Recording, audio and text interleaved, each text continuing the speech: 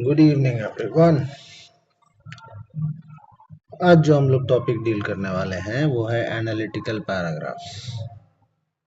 ये सीबीएसई में बहुत ही फेवरेट टॉपिक है, जिससे एक ना एक क्वेश्चन आएगा ही आएगा। ठीक है, एक क्वेश्चन तो आएगा ही आएगा, पक्का है।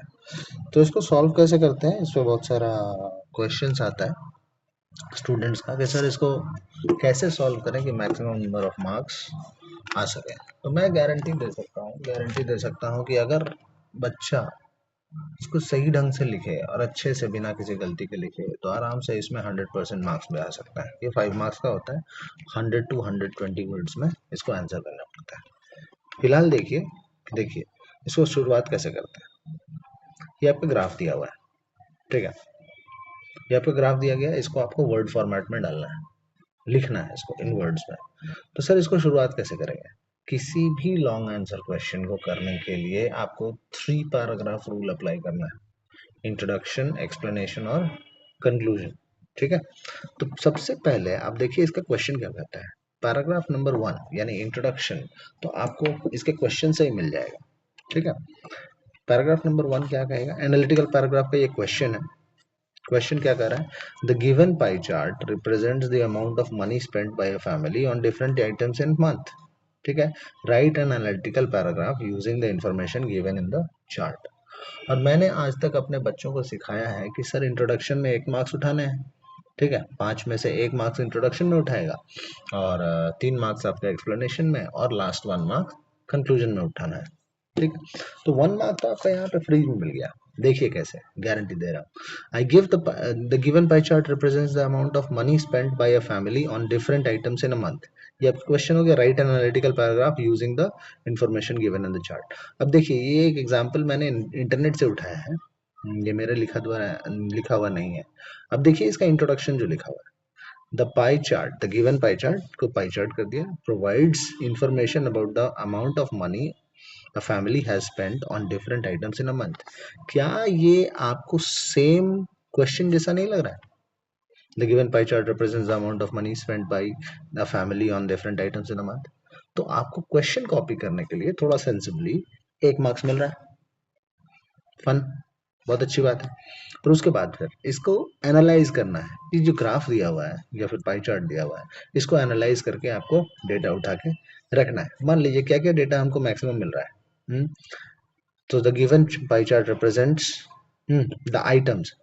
शुरुआत कीजिएगा कैसे, द फैमिली स्पेंड्स ऑन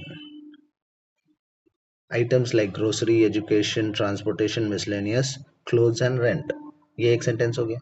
ठीक है, इसी तरह का on an average the family spent majorly on grocery, सबसे ज्यादा ग्रोसरी पे स्पेंड किया, उसके बाद एजुकेशन है, फॉलोड बाय एजुकेशन। ठीक है, जो जो मेन पॉइंट्स हैं आपको ये उठाना है। ऐसा नहीं कि आपको जो यहाँ पे दिया हुआ है सब उठा कर लिख देना है। ठीक है, जैसे मान लीजिए कि मिनिमम उसने कितने पे स्पेंड किया, किस पे स्पेंड किया, रेंट पे स्पेंड किया। ठीक है, अच्छा,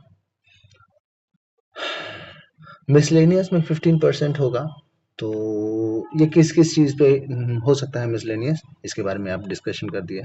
ठीक है, तो जो आपका मेन आंसर है वो 3 मार्क्स का आंसर है। आपको इंट्रोडक्शन और कंक्लूजन पे 1-1 मार्क्स मिल जाएगा, 2 मार्क्स उधर से, और एक्सप्लेनेशन में ही आप मेन आंसर करते हैं तो आपको 3 मार्क्स मिल जाते हैं, लगभग 80 to 90 वर्ड्स में आपके आंसर्स लिखने के लिए।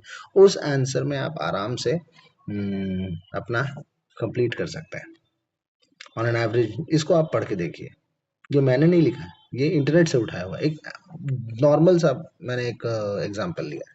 On an average, the family has spent majorly on grocery, which is 25%, 23% of the total expenses, whereas it is spent। इतना लंबा वर्ड ही नहीं लिखना है। ठीक है, ये 5%, 19%, इससे क्या होगा ना, ये आपको एक एवरेज आंसर है जिसमें सिर्फ उसने क्या किया है, कुछ कुछ जो यहाँ पे दिख रहा है उसको, ग्रोसरी में 23%, एजुकेशन में 20%, ऐसे करके लिख दिया है।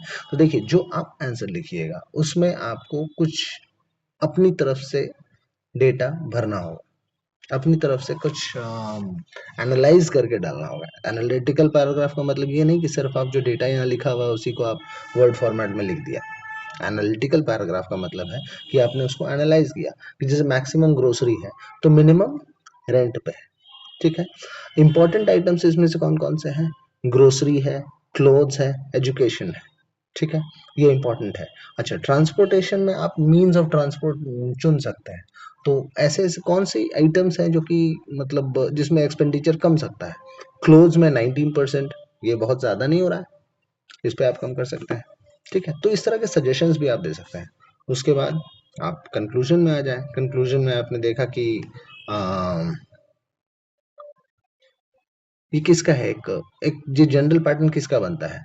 ये जो क्लोथ्स पे इतना स्पेंडिंग हो रहा है 19%, ऑलमोस्ट 20% स्पेंडिंग है, और एजुकेशन पे ये एक अपर मिडिल क्लास का है। इस तरह के कंक्लूजन आप डाल सकते हैं। चलिए एक और एग्जांपल डालते हैं। Let's see if there is another example. सब पाई चार्ट वाले ही हैं, सब पाई चार्ट वाले हैं।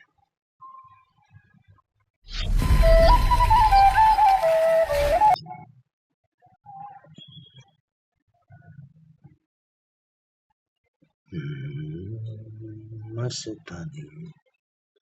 अच्छा, ये एग्जांपल देखो।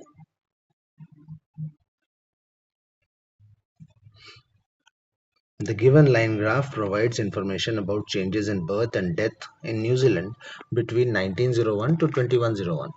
Write an analytical paragraph summarizing information and make comparison where relevant in about 100 to 200 sorry 100 to 120 words. इस केस में देखिए, इसमें आपको इंट्रोडक्टरी पैराग्राफ में नहीं हो जाएगा कि the given line graph provides information about changes in birth and death in New Zealand between 1901 to 2101। आराम से आपका एक नंबर आ गया। उसके बाद आप पैराग्राफ चेंज कीजिएगा, उसमें आप एनालाइज कीजिएगा। एनालाइज करने का मतलब ये नहीं है कि आपने जो डेटा वहां पे मिला है उसको लिख देना है। आपको एनालाइज करने का मतलब ये है, आपको तो ये बोला ही गया कि 1901 से 2101 तक है। अच्छा, एग्जाम्पल्स कैसे, किस तरह से आप एनालाइज कीजिएगा? देखिए, जैसे कि आप 1961 से 81 के बीच में मैक्सिमम बर्थ रेट्स आ गए, इसको आप मेंशन कर सकते हैं, विच वाज अराउंड 65,000। ठीक है, बर्थ रेट। उस समय का डेथ रेट आप मेंशन कर दीजिए। 1961 से 1981 के बाद डेथ रेट क्या हो जाएगा? 25 के आसपास। ये आप मेंशन कर सकते हैं।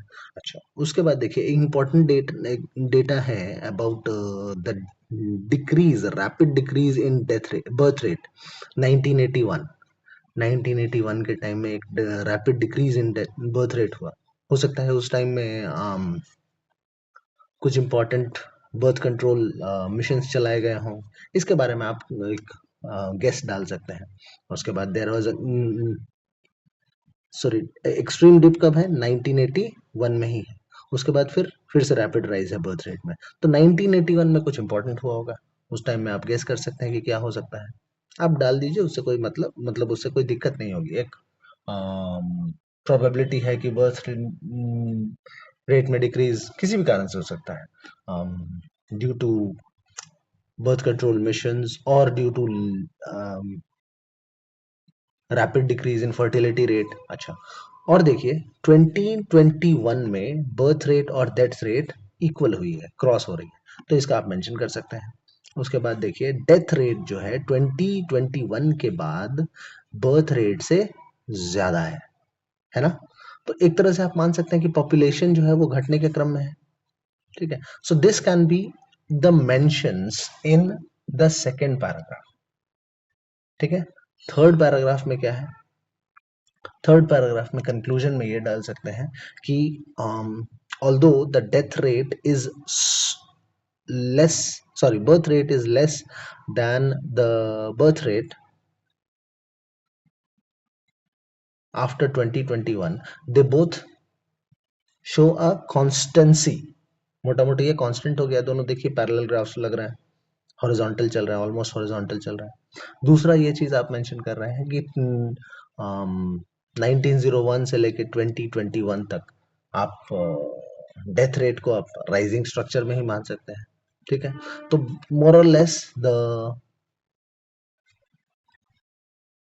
population, sorry, the birth and death rate pattern in New Zealand can be predicted using this graph. ये आपका कंक्लूजन हो सकता है कि the death rate and the birth rate of New Zealand from 1901 to 21 can be easily assessed, easily analyzed using the given graph। ये आपका conclusion हो सकता है। अब देखिए 10 मिनट में मैंने आपको बहुत कुछ इंपॉर्टेंट चीजें बताई, जैसे पैराग्राफ नंबर 1 का आपको क्वेश्चन से ही उठाना है, ठीक है, और एक कंक्लूजन डालना है लास्ट में। मिडिल पैराग्राफ में आप एनालाइज कीजिए, जो एग्जैक्टली exactly दिया हुआ है वो अंधे जैसा कीजिएगा, अंधे जैसा नहीं करना है, ठीक है। उस पर एनालाइज करके सोच करके अपना एनालिसिस कीजिएगा, अपना कुछ विचार डालिएगा, तो ही आपको अच्छे मार्क्स मिलेंगे, ठीक है। तो all the best, thank you. Please share कीजिए इस चीज़ों को, ताकि लोगों को ज़्यादा से ज़्यादा फायदा हो और मुझे भी बनाने में मजा आए। चलिए, thank you, bye, good night.